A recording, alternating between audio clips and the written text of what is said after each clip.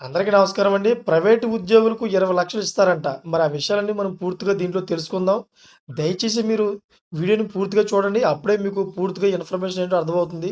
చాలామంది వీడియో పూర్తిగా చూస్తున్నారు కానీ, దయచేసి సబ్స్క్రైబ్ చేసుకోండి. సబ్స్క్రైబ్ చేసుకోవడం వల్ల నేను చేసే ప్రతి ఒక్క అప్డేట్ మీరు ముందుగానే పొందగలుగుతారు. ఇంకా నన్ను సపోర్ట్ చేస్తారని ఇంక లేట్ చేయకుండా వీడియోలోకి వెళ్ళిపోదాం. ఫ్రెండ్స్, కేంద్ర ప్రభుత్వం ఈరోజు ప్రకటించిన కొత్త కార్మిక చట్టాల సంస్కరణల ప్రకారం ఫిక్స్డ్ టర్మ్ ఉద్యోగులకు శాశ్వత కార్మికులతో సమానంగా అన్ని ప్రయోజనాలు లభిస్తాయి.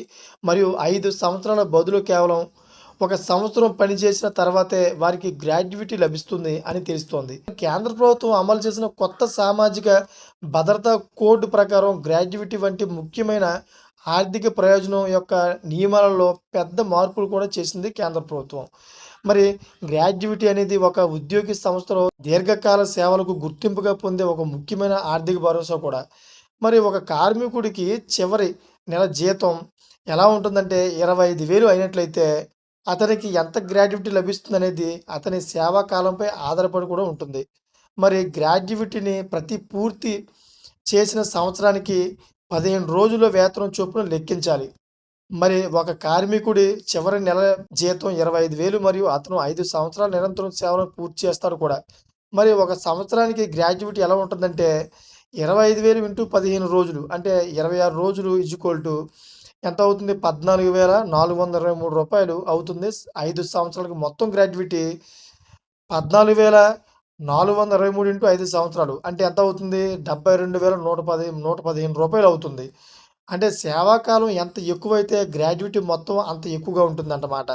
మరి ఈ ప్రయోజనం కోసం గరిష్టంగా రూ. 20,00,000 పరిమితిని నిర్ణయించారు కేంద్ర ప్రభుత్వం. మరి గ్రాడ్యుయేట్‌ని ఎప్పుడు తీసుకోవచ్చంటే, గ్రాడ్యుయేటీని తీసుకోవడానికి లేదా పొందడానికి అర్హత ఈ క్రింది 3 ముఖ్య పరిస్థితులపై ఆధారపడి ఉంటుంది. ఒకసారి చూద్దాం ఫ్రెండ్స్. సేవాకాలం యొక్క షరతు సాధారణంగా పేమెంట్ ఆఫ్ గ్రాడ్యుయేటీ చట్టం 1972 ప్రకారం ఒకే సంస్థలో 5 సంవత్సరాలు నిరంతరం సేవను పూర్తి చేయడం కార్మికుడికి తప్పనిసరి. 5 సంవత్సరాల కాలం పూర్తయిన తర్వాత ఉద్యోగి రాజీనామా చేసిన, పదవి విరమణ చేసినా లేదా అతనికి ఉద్యోగం ముగిసిన ఈ మొత్తం లభిస్తుందంట. మరి కొత్త కోడ్‌లోని మార్పులు ఎలా ఉన్నాయంటే, కొత్త కార్మిక చట్టం అమలులోకి వచ్చిన తర్వాత ఫిక్స్డ్ టర్మ్ లేదా కొన్ని నిర్దిష్ట రంగాల ఉద్యోగుల కోసం ఈ 5 ఏళ్ల షరతులను కేవలం 1 సంవత్సరానికి తగ్గించే అవకాశం ఉందంట. మరి దీనివల్ల కార్మికులకు త్వరగా ఆర్థిక భరోసా కూడా లభిస్తుందంట. మరి మినహాయింపు ఎలా ఉంటుందంటే, ఉద్యోగి మరణించినా లేదా వైకల్యం పొందిన గ్రాడ్యుయేటీ మొత్తం పొందడానికి 5 ఏళ్ళు షరతు వర్తించదు.